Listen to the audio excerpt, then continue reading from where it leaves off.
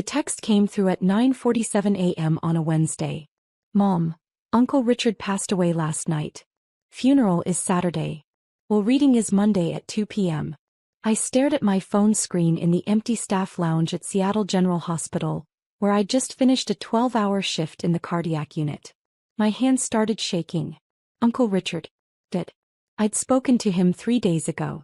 Our usual Tuesday evening call. He'd sounded tired but fine, complaining about the Mariners pitching like always. We talked about his garden, about the book he was reading, about absolutely nothing important. The way we always did. You okay? My coworker Lisa touched my shoulder. My uncle died, I said quietly. Oh, Emma. I'm so sorry. I nodded, unable to speak past the tightness in my throat. I excused myself and went to my car, where I sat in the parking garage and cried for 20 minutes. Uncle Richard had been 78. I'd known this day would come eventually. Knowing didn't make it hurt less. My phone buzzed again. Mom, don't expect anything at the will reading. He barely knew. We were his real family. I stared at that message for a long time. Then I blocked out the pain and drove home to my small apartment in Capitol Hill. The one Mom loved to mention whenever she wanted to remind me that my older sister Melissa lived in a 4-bedroom house in Bellevue. The funeral was exactly what I expected. Mom and Dad arrived early in expensive black. Melissa came with her husband Brandon and their 2 kids. Kyle showed up late, reeking of cologne. I'd arrived an hour early to be alone with Uncle Richard before everyone else. The service was brief. The pastor spoke in generic platitudes. Melissa cried loudly. Mom dabbed her eyes. Dad stood stoic. I didn't cry. I'd already cried. Instead, I thought about Tuesday evenings. At the reception afterward, held at Mom and Dad's house in Medina, the family gathered in clusters. I stood alone by the window holding a cup of coffee I didn't want. Emma. Mom approached, her voice low. We need to discuss Monday. The will reading. Yes. She glanced around, then moved closer. Your father and I have been thinking. Richard's estate is substantial. The house alone is worth at least $1 million, and he had investments, savings. We're talking significant money. Okay. We were his immediate family. Your father is his only sibling. It's only natural that the bulk of the estate would go to us, with portions for you kids. I said nothing. But you should understand, Mom continued, that Richard barely knew you, Emma. You visited him, a few times a year? Every Tuesday for 6 years, I thought. But you didn't know that. We were the ones who really cared for him, Mom said. We were his real family. So when the will is read on Monday, don't expect anything significant. Maybe a small token amount. That would be appropriate. Okay, I said quietly. Dad joined us, drink in hand. Emma. Your mother's right. Richard and I were close. Brothers. You understand how inheritance works. It goes to immediate family first. When was the last time you saw him? I asked. Dad frowned. What? When was the last time you saw Uncle Richard? Before he died. Christmas, Dad said. We had him over for Christmas dinner. 8 months ago. They'd had him over for 4 hours on Christmas Day. I'd been there too. Uncle Richard had looked uncomfortable the entire time, surrounded by expensive decorations and expensive food and expensive people discussing expensive things. He seemed fine then, Mom added. Healthy. This was very sudden. It wasn't sudden. Uncle Richard had been diagnosed with congestive heart failure 2 years ago. I'd taken him to every cardiology appointment. I'd picked up his medications. I'd helped him understand his treatment plan, using my nursing background to translate the medical jargon. But my family didn't know any of that. Melissa appeared with a glass of white wine.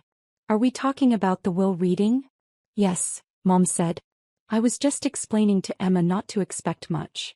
Obviously the house will go to Mom and Dad, Melissa said. They can sell it and use the money for retirement. The rest should probably be split among us kids. Fair and equal. We'll see what Richard decided, Dad said carefully. Did he have a will? Kyle asked, joining our circle. Of course he did, Mom said. He was very organized. His lawyer called to schedule the reading. Everyone named in the will has to attend. Everyone? I asked. You, me, your father, Melissa, Kyle, Mom listed. And a few others, I assume. Probably some charities. Richard was sentimental like that. Sentimental. They thought Uncle Richard was sentimental. Uncle Richard was practical, logical, direct. He didn't believe in wasting time or money.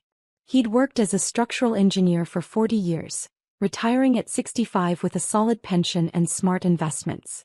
He'd bought his house in Ballard in 1982 for $95,000. It was now worth $1.2 million. I knew all this because we talked about it every Tuesday for 6 years.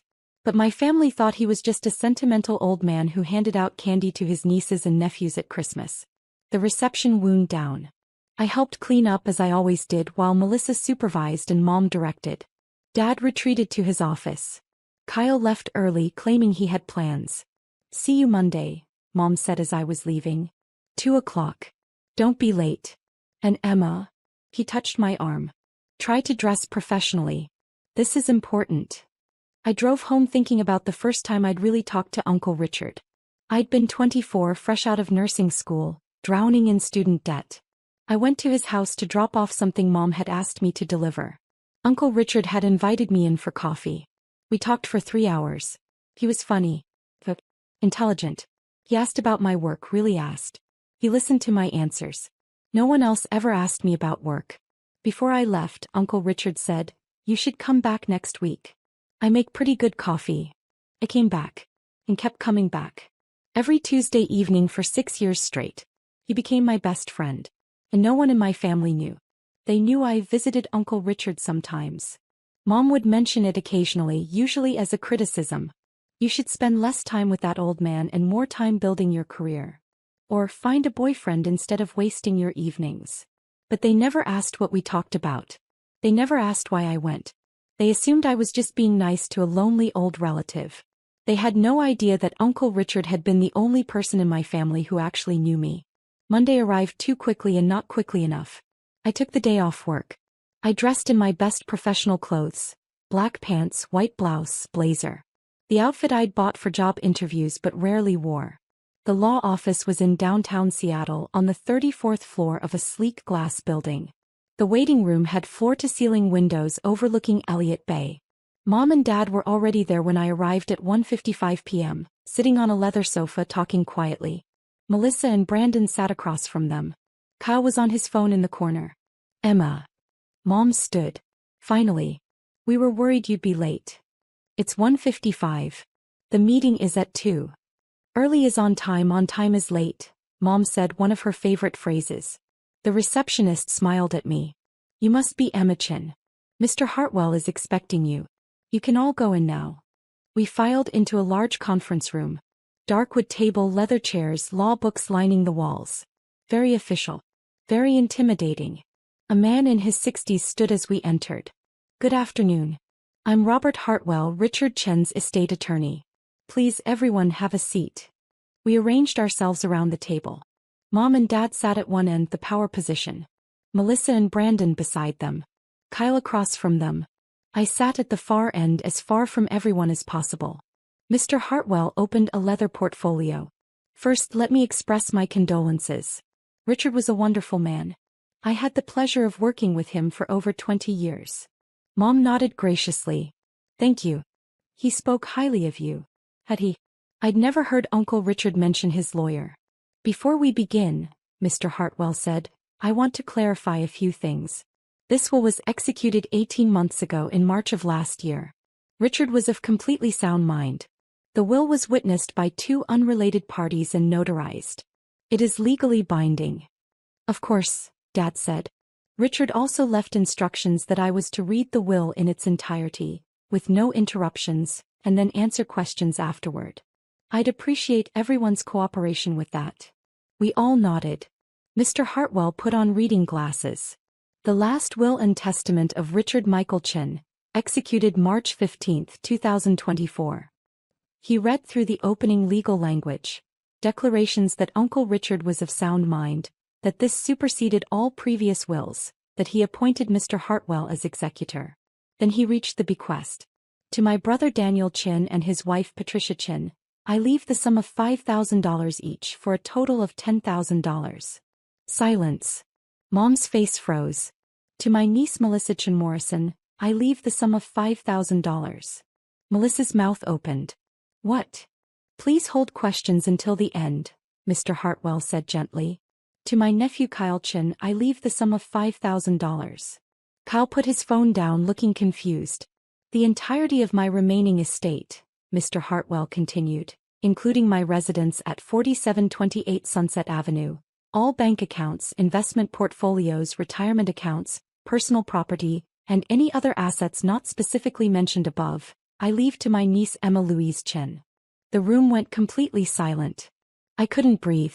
The estate has been valued at approximately $3.2 million, Mr. Hartwell said, still reading.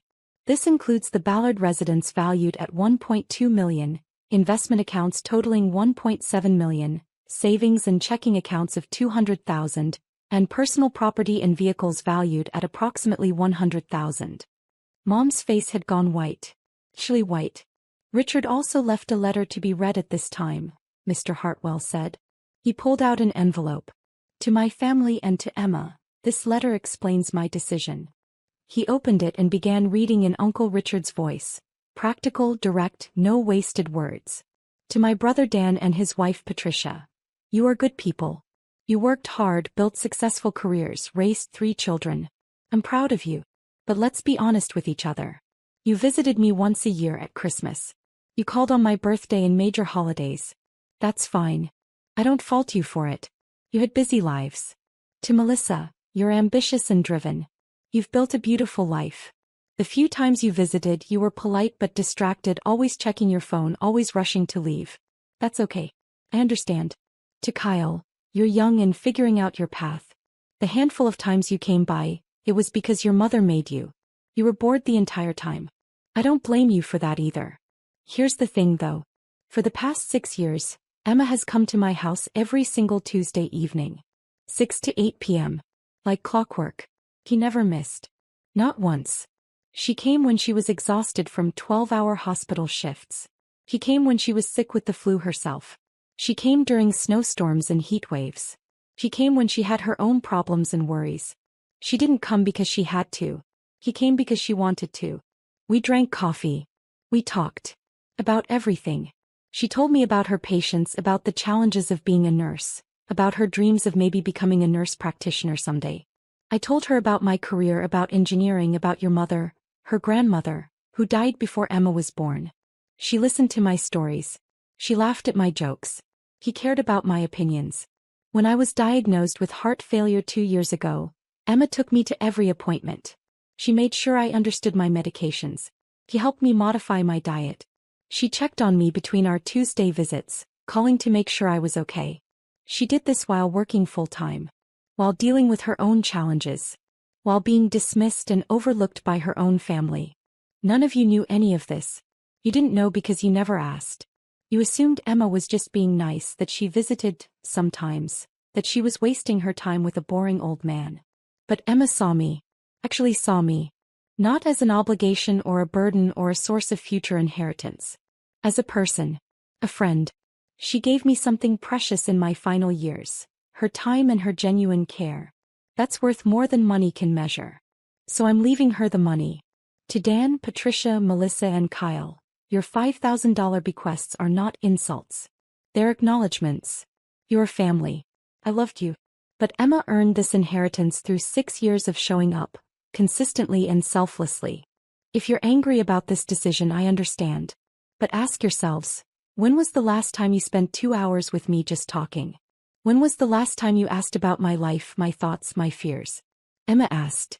Every Tuesday. For 6 years. That matters. With love and no regrets, Richard Chin. Mr. Hartwell set down the letter. The silence in the room was suffocating. I had tears running down my face. I couldn't stop them. This is insane, Melissa said. Her voice was shaking. This isn't legal. He was clearly manipulated.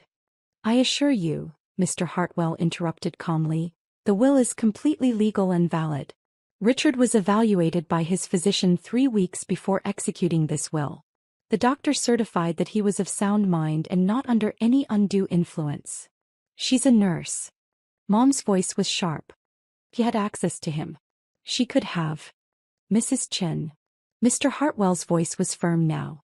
I'm going to stop you right there. Any allegations of impropriety could expose you to legal liability. Richard made this decision freely and clearly. I was present when he executed the will.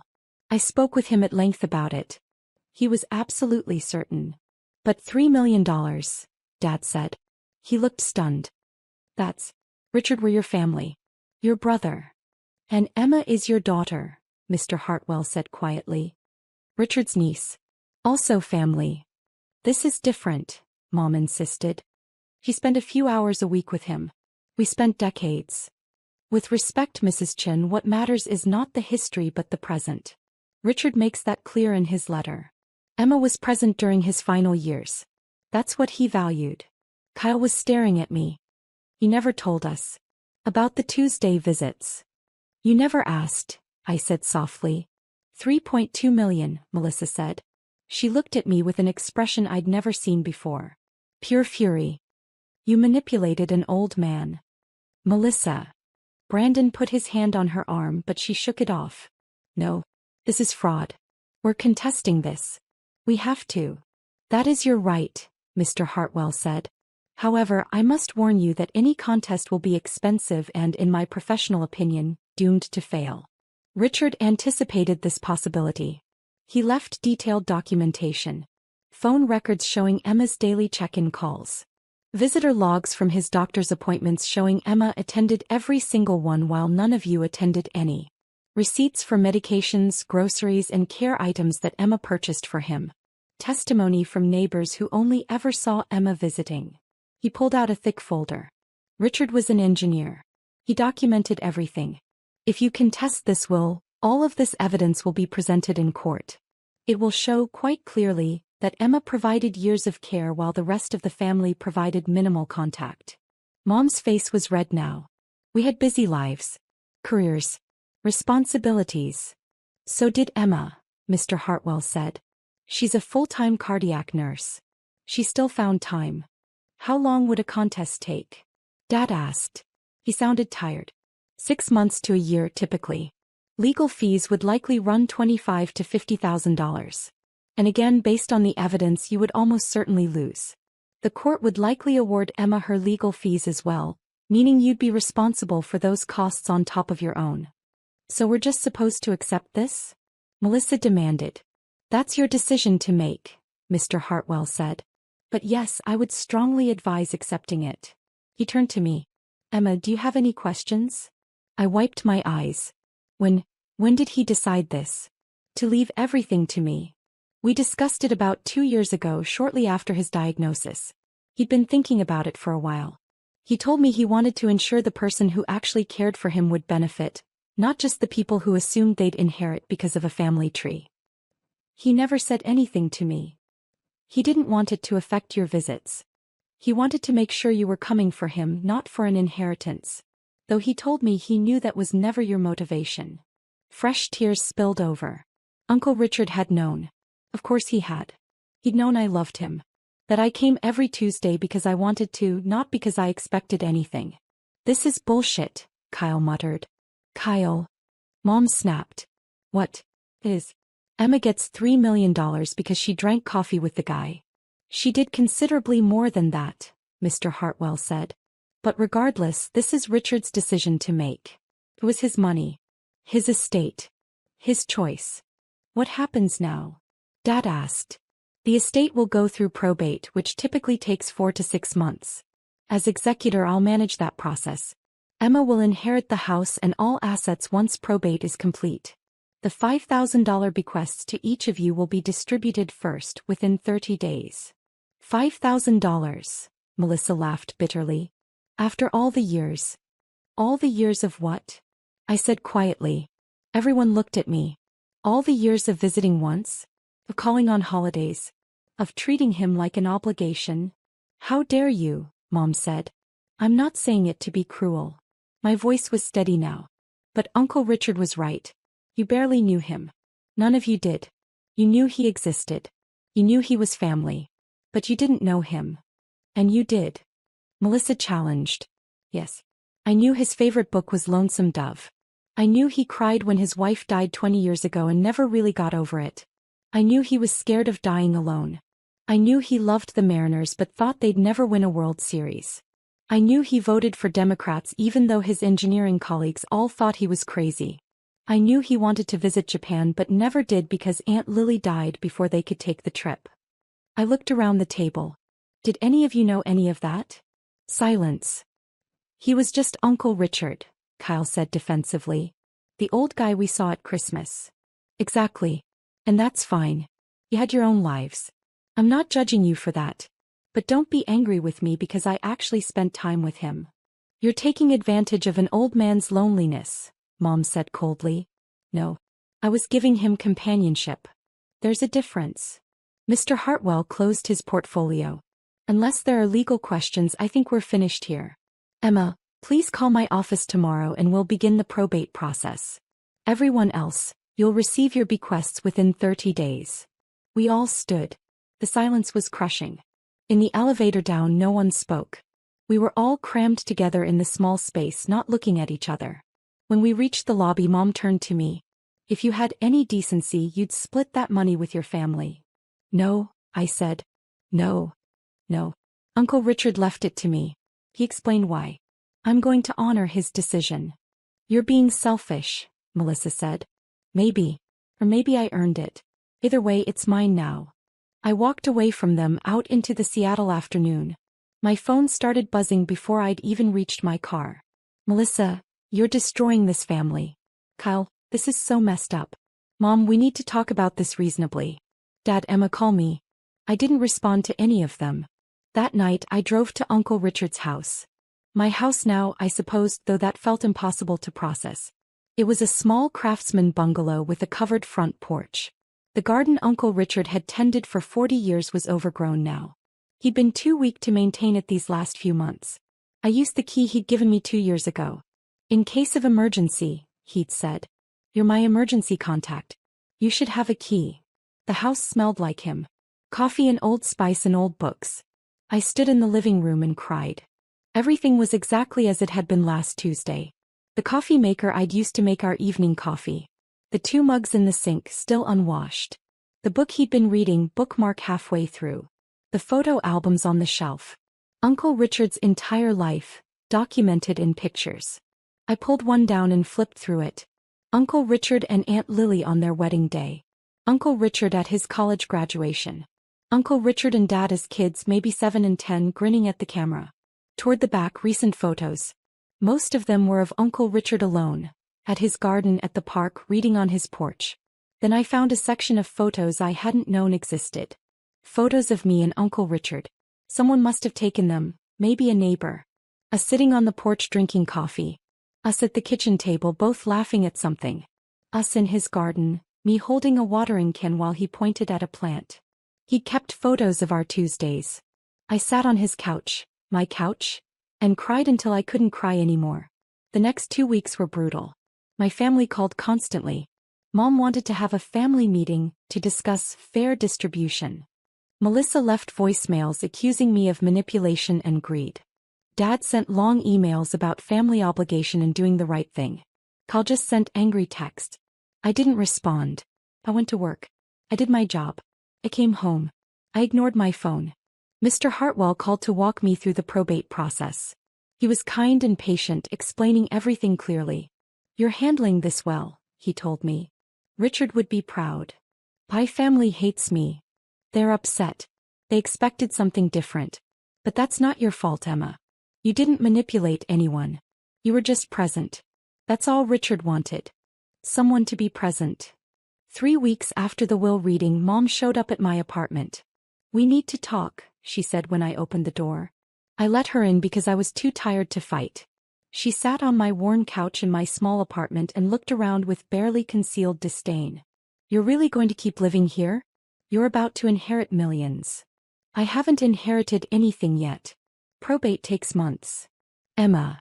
She leaned forward. Be reasonable. That money should go to the family. All of us. Richard was confused at the end. He didn't understand what he was doing. He wasn't confused. He was very clear. You manipulated him. I visited him. Every week. For 6 years. That's not manipulation. That's showing up. You knew he had money. Actually, I didn't. Not exactly. We never discussed his finances in detail. I knew he owned his house. I knew he had a pension. But I didn't know about the investments or the exact amounts. And I didn't care. I don't believe you. I know you don't. But it's true. I visited Uncle Richard because I liked him. Because he was my friend. Because every Tuesday evening for 2 hours, I had someone who actually listened to me. Mom flinched. We listen to you. No, Mom, you don't. You never have. When's the last time you asked about my job? Really asked, wanted details? You're a nurse. You work at a hospital. I'm a cardiac care nurse. I specialize in post-surgical recovery. I've been thinking about going back to school to become a nurse practitioner. Did you know that? Mom was silent. I've been thinking about it for 2 years. I've mentioned it. But you've never asked about it. You're always too busy telling me about Melissa's kitchen renovation or your golf club drama. That's not fair. It's completely fair. And it's fine, Mom. I stopped expecting you to be interested in my life years ago. But don't be surprised that I formed a close relationship with someone who was interested. So this is our fault? This isn't about fault. This is about choices. Uncle Richard chose to leave his money to me. I'm choosing to accept it. You're choosing to be angry about it. Those are all choices we're making. $3 million, Emma. I know. That could change all our lives. It's going to change my life. That's what Uncle Richard wanted. Mom stood. If you go through with this, your family will never forgive you. Then I guess my family will never forgive me. She left without another word. 4 weeks after the will reading, Melissa showed up with a lawyer. They came to my apartment on a Saturday morning. I was still in my pajamas, having worked a night shift. This is my attorney, Michael Brennan, Melissa announced. We're filing a contest to Richard's will. Mr. Brennan looked uncomfortable. Miss Chin, my client believes there are grounds to challenge the will on the basis of undue influence. Hey, I said. I was too tired for this. We'd like to propose a settlement, he continued. Rather than going through expensive litigation, we're prepared to offer you a generous amount if you'll agree to split the estate more equitably. How equitably? 40% to you, 60% split among the other family members. I did the math. That would give me about $1.3 million. They'd split nearly $2 million. No, I said. Emma, be reasonable, Melissa said. We're being more than fair. Uncle Richard was clear about what he wanted. I'm not negotiating against his wishes. We will win in court, Mr. Brennan said, though he didn't sound confident. The evidence of undue influence is compelling. What evidence? You had exclusive access to Richard. You isolated him from his family. You're a medical professional who could have manipulated his medications or mental state. I'd like you both to leave now, I said calmly. Emma. Leave. Or I'll call the police and report you for harassment. They left. 2 hours later, I received a call from Mr. Hartwell. Your sister has filed a will contest, he said. I expected this. Don't worry. Should I be worried? No. Frankly, they have no case. I spoke with their attorney. He knows it too. He's doing this because Melissa is paying him to. But it will fail. How long will it take? 4 to 6 months for the court hearing. The judge will review the evidence and make a ruling. Based on what we have, I'm confident we'll prevail. And if they lose? They'll be responsible for their own legal fees, likely $25,000 or more. And the judge may award you your legal fees as well, which they'd have to pay. Total cost to them could be $50,000 or more. That seems like a waste of money. It is. But sometimes people need to learn lessons the expensive way. 5 months later, we sat in King County Superior Court. Judge Margaret Fisher presided. She was in her 60s, sharp-eyed and no-nonsense. Melissa's attorney, Mr. Brennan, presented their case. He argued that I'd had unusual access to Uncle Richard. That I'd isolated him from his family. That as a medical professional I could have influenced his mental state. He had no evidence of any of this. Just speculation and insinuation. Then Mr. Hartwell presented our case. He had phone records showing I'd called Uncle Richard daily for 2 years. Visitor logs from cardiology appointments showing I'd attended all 17 appointments while no other family member attended any. Testimony from Uncle Richard's cardiologist stating that Richard had been completely mentally competent until his final week. Testimony from 3 neighbors stating they'd only ever seen me visiting, never other family members except once a year at Christmas. He had receipts for medications I'd purchased. Grocery receipts for food I'd bought him. Receipts for the home health aide I'd hired out of my own pocket when Uncle Richard got too weak to manage alone. He had Uncle Richard's letter written in his own hand, explaining his decision clearly and rationally. Judge Fisher reviewed everything silently. Then she spoke. "I've practiced law for 35 years, she said. I've overseen hundreds of will contests. Most of them involve legitimate concerns. Questions about mental competency, suspicious circumstances, unclear intent. This is not one of those cases." She looked at Melissa. "Ms. Morrison, your uncle left a clear, documented explanation of his decision. He was evaluated by a physician and found competent. He had the right to leave his assets to whomever he chose." "But she manipulated," Melissa started.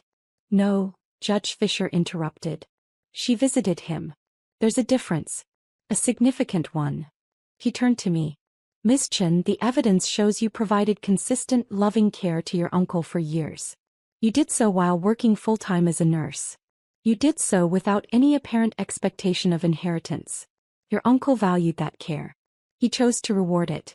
That was his right." Back to Melissa. "If you had wanted to inherit, you should have been present in his life. That's not manipulation on your niece's part. That's consequence." She banged her gavel. "Contest denied. Richard Chen's will stands as written. Furthermore, given the weakness of this case and the clear evidence against it, I'm awarding Ms. Emma Chen her legal fees, to be paid by the contesting party." Mr. Hartwell leaned over and whispered, "That's $12,000 they now owe you." Melissa stood abruptly and walked out, her face red. Outside the courtroom, Mom and Dad were waiting. "You're really going to let them make us pay?" Mom asked. "I didn't make that decision. The judge did. You could waive it. Show some family compassion." "No," I said. "You chose to contest the will. You lost. These are the consequences." I walked away from them for the second time. 6 months after Uncle Richard's death, the estate cleared probate. I took possession of the house, the bank accounts, the investments, $3.2 million. I sat in Uncle Richard's house, my house, on a Tuesday evening drinking coffee like we used to. The house was quiet. Too quiet.